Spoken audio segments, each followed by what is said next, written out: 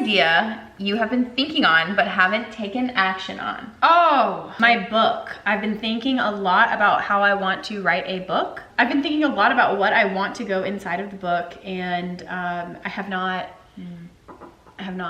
written anything. I mean, that's not true. I've written some, but I haven't really since that one time. Yeah, I have not been writing songs as much as I should be, especially right now, because it's just starting to like pick up, and I'm gonna be in the studio more, which usually when I'm actually in a studio, I will write more. Who is like a singer or an artist that you look up to, and why? Right now, I mean, Billie Eilish really inspires me because she's younger than me and is so unapologetically herself. And that's something that I'm working on, is just being unapologetic. Like if I don't know something, I don't know something, and I don't care.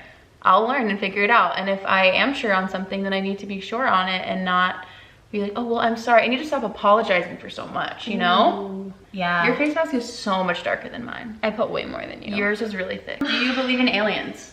I do. I do too. You do? I think there's other planets in this solar system or whatever with people on it. What odd jobs did you have to support your acting career all these years? Because you've been doing it for a long time. Oh my God. I worked in retail at Abercrombie & Fitch. I stood at the front in Beverly Hills. I stood at the front and I just said, hey, what's going on, to everybody who walked in. And then when they left, I'd say, be sure to follow us on Facebook.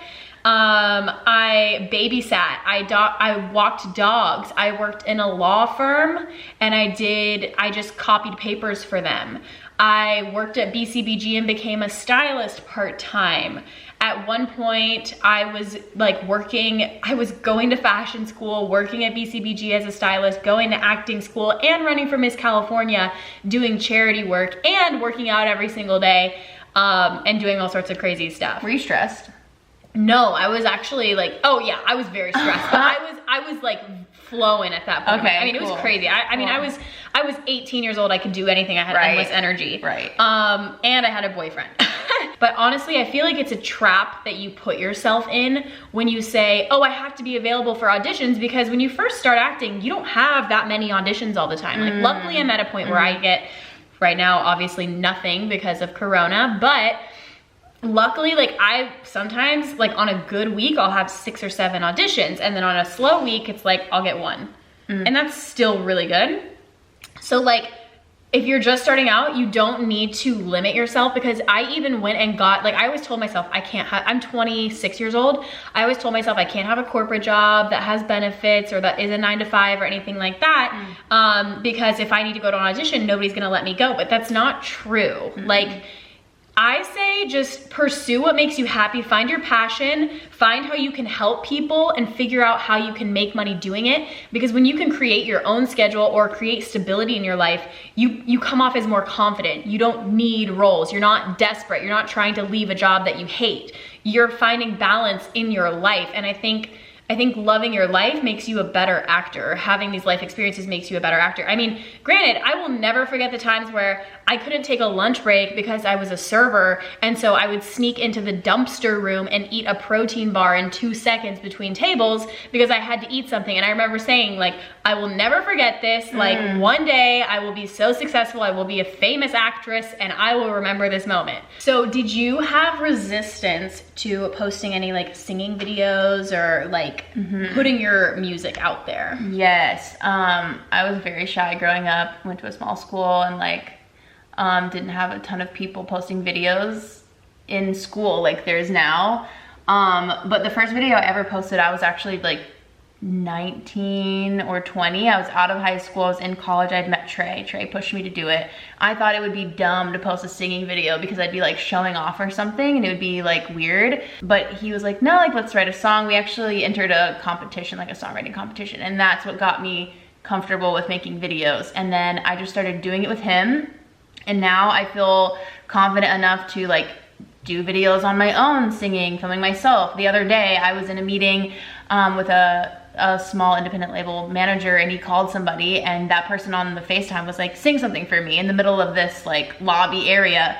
And before I would have been either terrified to do it, that I would have just been like, I don't know, or I would have been embarrassed and like, that's dumb, like, no, I'm not gonna sing right now. Who are you? And all of that is just fear.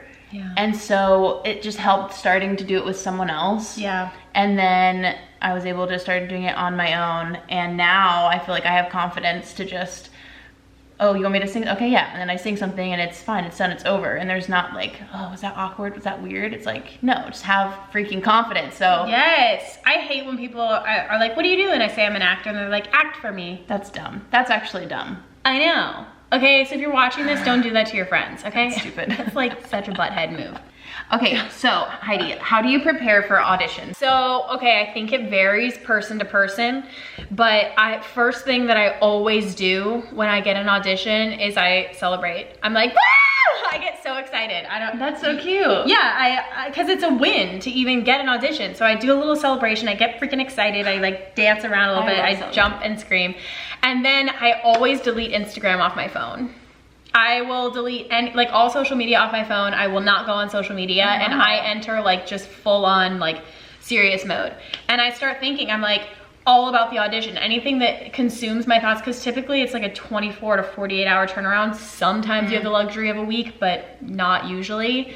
And even so, like I want to be one of the first people to get my tape in. So I will just like cut out any distraction possible, and then I just get right to work. What's the tone of the show? I'll see who the showrunners are. I'll see who the producers are, who the directors are. I'll go on IMDb. I'll look at everybody who's gonna be on the cast, look at any information that's gonna be on this project, and then I'll watch some previous work of the producer, the director, or the showrunner. And then I'll try to get the tone of the show. And then it goes deep into just me like really knowing my lines, rehearsing my lines, blocking it out, seeing how I think it's gonna be shot, and then filming my audition as close as possible to that. Yeah. So practicing it standing, practicing it sitting, knowing the words forwards and backwards, putting on the outfit of the character, like really getting into character. How do you prepare for a show? There's stuff that goes into a show, a live performance, like organization, communication. You have to make sure everyone's on the same page and has all their stuff together. But as a singer, I really try not to talk a lot the whole, like if the show's at night, usually is what it is anyway, I try not to talk the whole day. I don't over sing. I don't practice all the songs that day. Like and usually it's stuff I've done before, so I already know I can do it.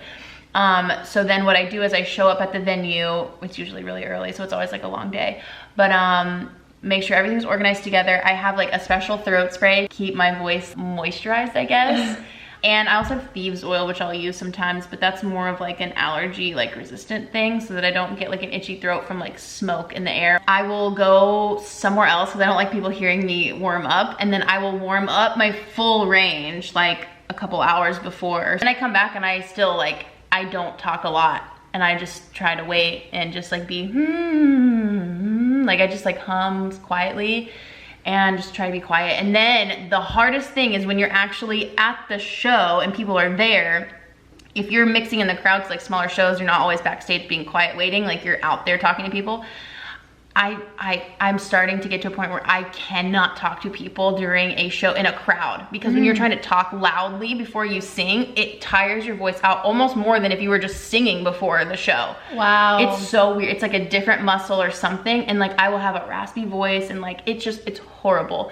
So I just try not to talk. And if I'm like, so I just have to like be talking like to you like this, and if you can't hear me, that's just too bad. I think that concludes the Q&A. Yeah, for my today. face is dry. We're gonna go wash our face masks off. We hope you enjoyed this little Q&A. Check out Cocokind. Yeah.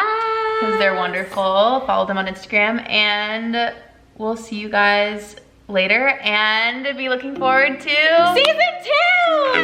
Yes! Okay guys, hustle and flow. Bye. It's on your top lip. So you can see.